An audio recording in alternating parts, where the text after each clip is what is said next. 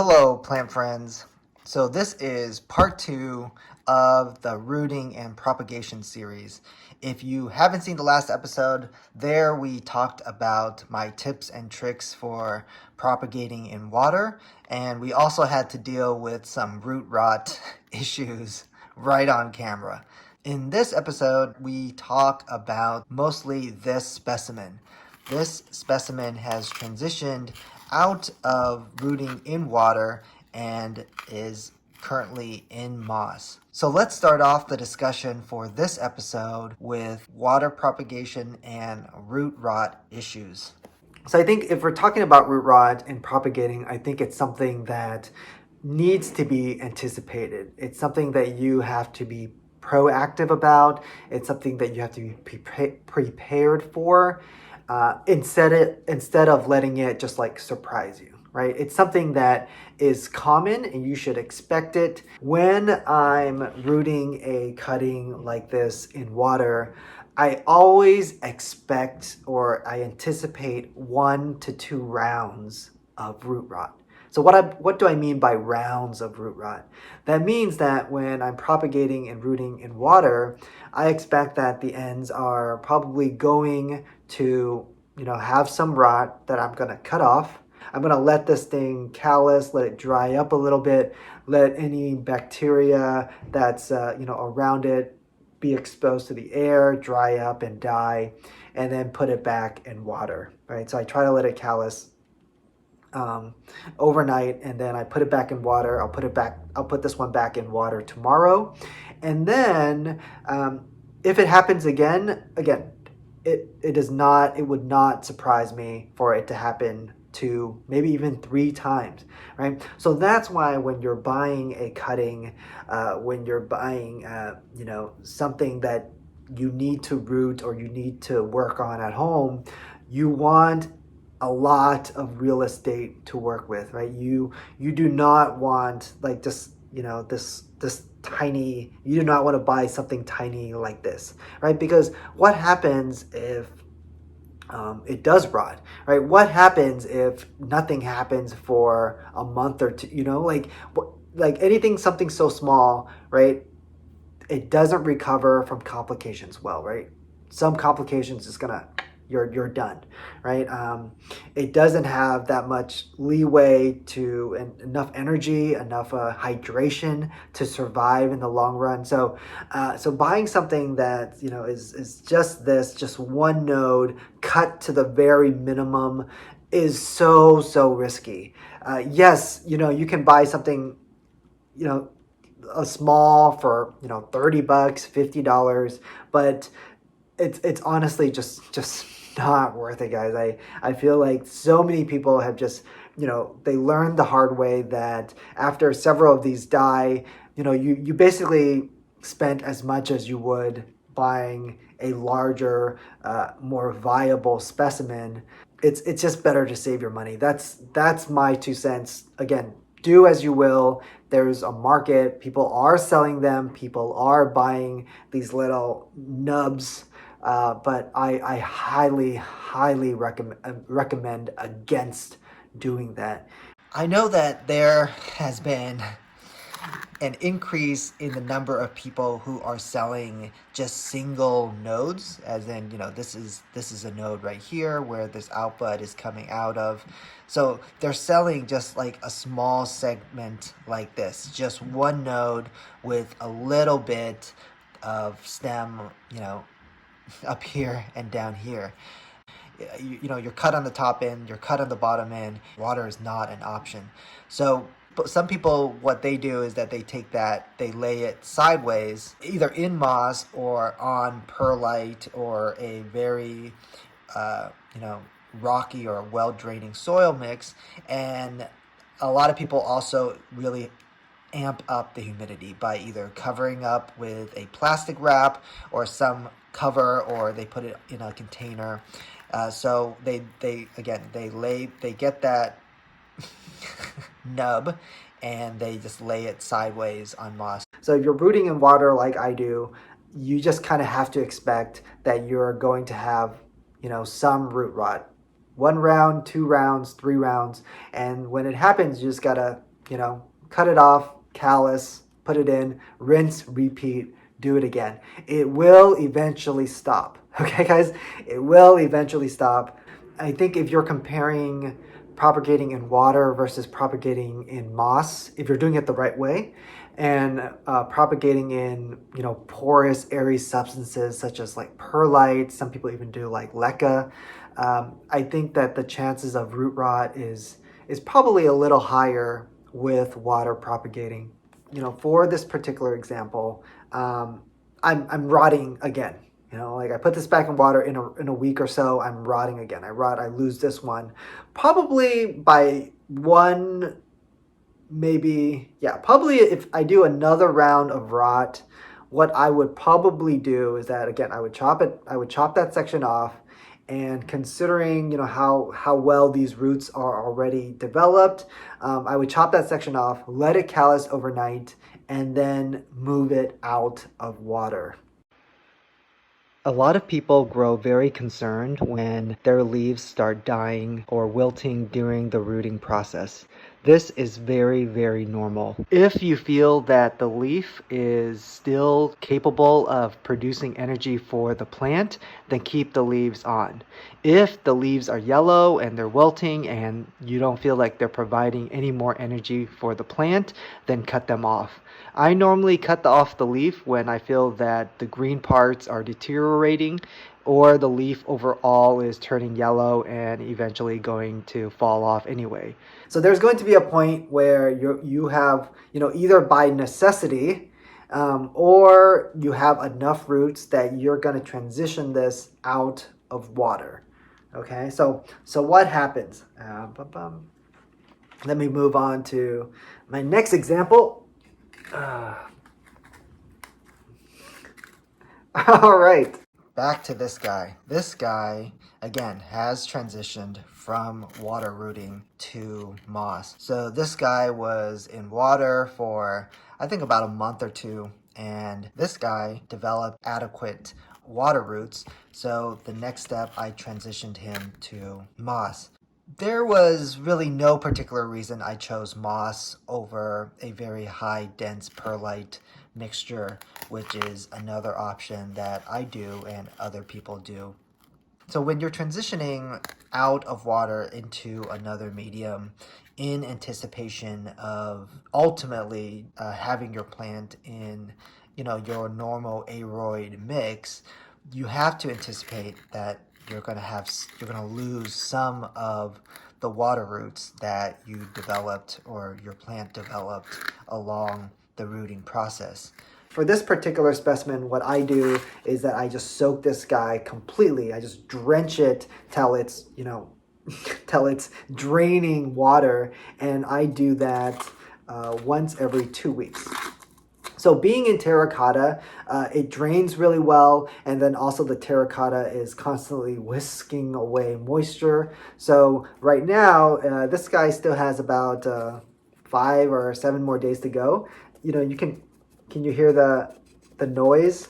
Right, it's pretty dry. It's not completely dry yet. I suspect that probably down here there's some moisture, but it's definitely on the much drier side. If you do not want to use moss, or you have a preference to not use moss or don't have any available, the other thing I normally do is transition to a very, very high perlite mixture, like 60% perlite, 40% soil. I mean, honestly, I would not have any issues going to a 100% perlite mixture to transition. When you're transitioning out of water with your water roots, and you anticipate that the roots are going to either dry up or rot or so, this is not the time to worry about nutrition. Right? This is just like not that time. And it's not the time to worry about fertilizer. So you really don't need that for this next step, right? Your primary goal is to avoid rot. That's your primary goal. By the time you take it out of water into either moss or a very high perlite mixture, the goal is that you want to buy your plant enough time so that it can develop those true soil roots, right? The roots that are meant to and will be stable in soil. So keep it on the drier side. Make sure that it's very airy, whether you're using a moss or a perlite mixture. Make sure that, yeah, you want it airy, you want it well draining, you do not want it damp, and you do not want it to be in an environment that is prone to root rot. Remember that your water roots are very, very susceptible. Once they transition out of water, they're very susceptible to root rot. So that's why I do go to moss. I do go to a very high perlite mixture, right? So like, yeah, guys, lots of perlite in your mixture. If you don't want to use moss, do like 80% perlite. Like seriously, even go 100% perlite and just wait till your plant develops more soil roots, and then you can transition to a composition that has more nutrients or has more soil in it. Yes, that can wait, right? The main goal right now at this second step, after water propagating, after your plants have started to have some roots, is to develop more roots. Right? You don't worry so much about the nutrition aspect. Don't worry about the fertilization. You just want your plant more time to adapt and develop and grow those very sustainable and longer lasting soil roots. What I want to talk about now is this little budding, this this bud. So you can see that the bud is coming off the node. And where it comes off, of the node is completely random. Obviously, if there's a part of the node that is injured or damaged, then the bud is not going to come off there. But in regards to the healthy areas, where it comes off is random. So if you look closely at my stem, you see that there's areas of white and areas of green, right, all over, right? The stem is very well variegated. If you look closely, this bud comes off an area that has some variegation, and then there's this green streak on the side, right? So this bud, if you look at it, has, so far looks pretty good. It has, it's probably a little fuzzy, sorry guys. It looks pretty green. There's some areas of variegation. So I am hopeful that this bud and the future stem and leaf is going to look, really good. I don't want it to be too variegated or too not variegated. So I want a good mix. But again, it's completely random. Like in this case, I just got lucky. It is not due to the amount of light, right? It's not because I gave this guy more light or less light that determines how variegated it is, right? It's not about light. It is purely about luck. If you're thinking about buying a stem or a cutting, if your stem is very, very white a lot of places, or like let's say this whole entire section, on this half is white, you would be pretty unlucky, right? Or you can be very unlucky, and your stem or your bud would just come off an area that's completely white. In that case, your future leaf and stem is going to be all white. In comparison, if this whole area was just green and it was not variegated at all, and you had a bud coming off, that bud would be completely green and not variegated, right? So it all depends on your luck and where the bud comes off and how variegated the stem is. So really the only thing you can control is when you buy or you're shopping around, you want to look at the stem and see how variegated or how, interdispersed or mingled the variegation and the green is, right? Because the more mingled the variegation and the green is, it's more likely that wherever your plant comes off or buds off, it still retains a good level of variegation and not variegated parts. Okay, so again, it is not about light that determines variegation, right? It is not light, it is luck. It is about the stem. It is about luck and the stem. It is not about light. Okay, so what else do I want to say about this one? As you can see from the top has dried off, but there's, the area that's dry, it's quite a distance still from the node, right? So that's why that's good. So this is the issue when you have people who sell nodes that the cutting is just like this. So that way, again, if you have root rot or you have drying, and then also when you're cutting, right, when you're cutting away some of the parts with root rot, the tips, the end is going to dry off a little bit. So you want enough space so that that doesn't compromise your node where your new plant and your new growth point is going to come out of. Right? Okay, so I have one other plant to show you guys. Actually, I might have two other plants to show you guys. Okay. All right, so these are rooted cuttings. Let me see if I can show you guys what the bottoms look like. So basically, the bottoms, they were rooted, and then here's the new growth, right? So basically, you can imagine that something like this grows into something like this.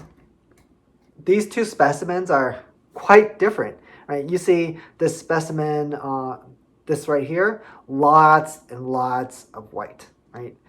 Not that much green. You see some burning right here, some drying up because it's just so white.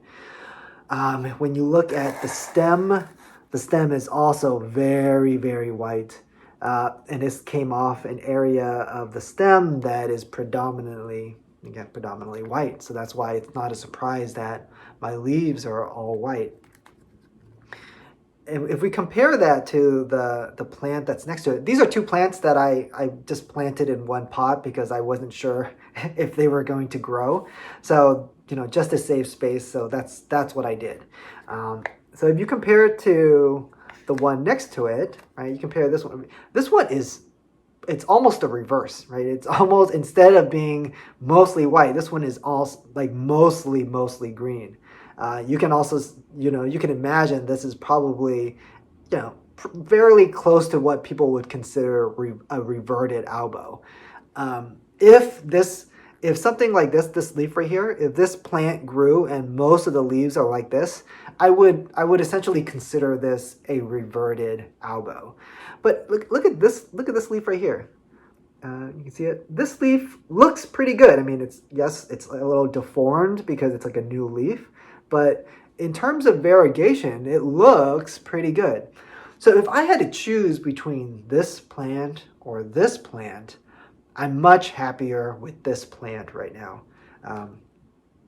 I feel like this plant has more potential to be a healthy plant, whereas this plant has very little potential to be a healthy plant. If you do not want to buy a cutting like this, right? You do not want this plant. If this plant was for sale, don't buy it. Okay, like this is not something that's a healthy plant, right? I mean, if you want to, for funsies, sure, but this is unlikely to grow into a healthy plant.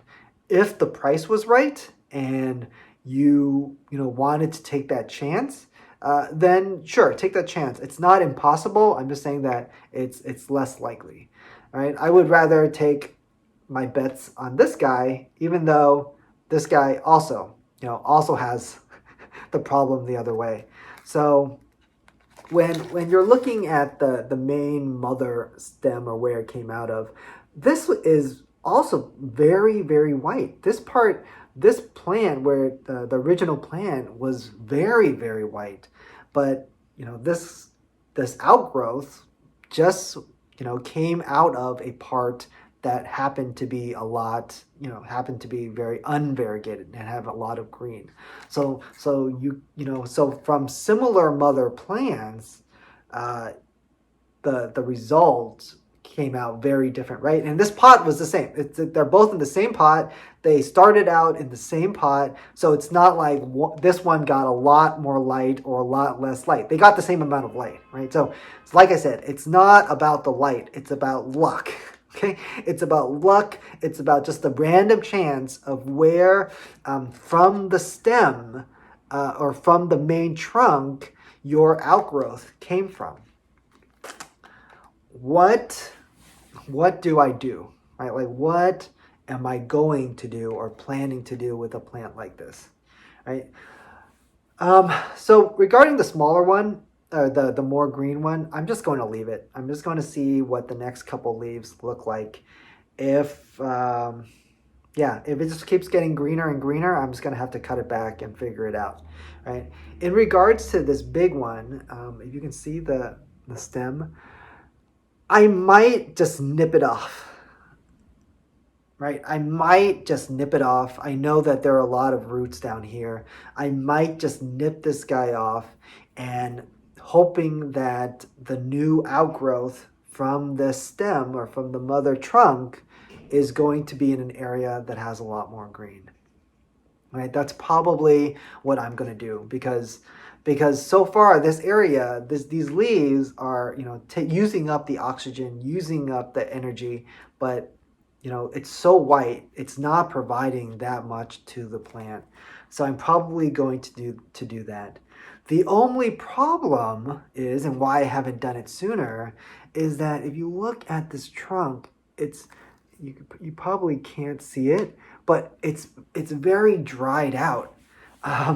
So if I cut here, there's a high chance that I'm not gonna get anything coming out of it. I think it's just gonna be too dried out that nothing's going to come out of it. But if I let this be, it's unlikely, the plant is unlikely going to make it anyway.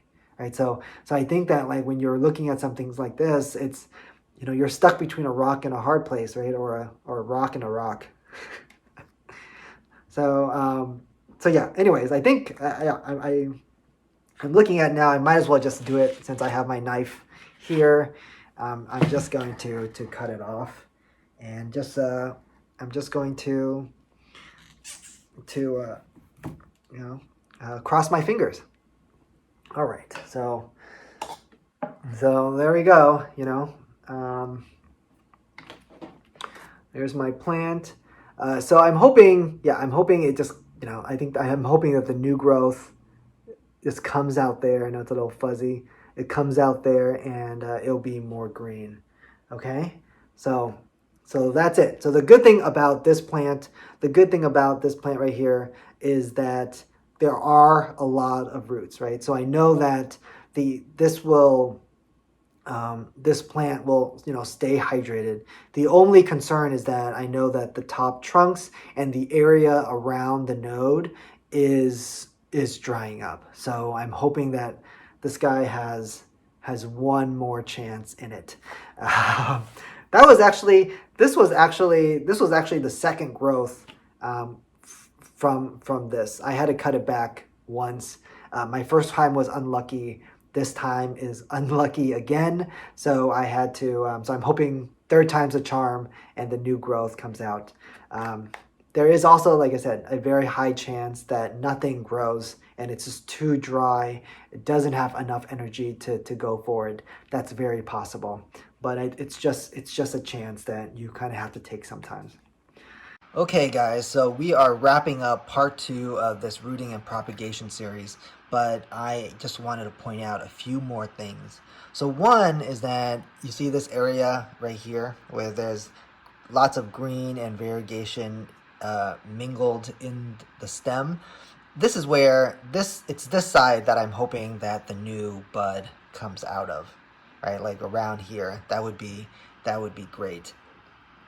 The only issue is that if you look at this plant, you can see it's look at this area right here, really dried up. You know, like you can see this area too, super, super dry. So I'm hoping that there's still enough viable and active and good node tissue here where I can get a good outpouching and good growth. But yeah, there's a high chance that this is just not going to be enough. It's not going to have either enough good node tissue or enough energy in this area to give me another outgrowth. But let's let's all like cross our fingers. And let me see what I want to say about this other one. This other plant, if you can see, again, I mentioned that the mother plant is extremely white. So we got really lucky with this one. Maybe a bit too lucky because it seems like it's a bit too green. But look at this leaf. This leaf is this leaf looks really great in terms of variegation. So I'm hoping that the future leaves are going to be good. So let's look at the stem. The stem itself looks pretty well variegated. So I'm hoping that this leaf right here is just a fluke. So that about wraps up for this episode, guys. So in the next episode, part 3, the last part, I know that these episodes have been a bit long. I was not anticipating to talk so much. So the next part, we are going to discuss sort of what happens at the next stage after this, right? As these plants get bigger. All right, I think I have one more specimen to share with you guys and for us to talk about. Oh, hold up.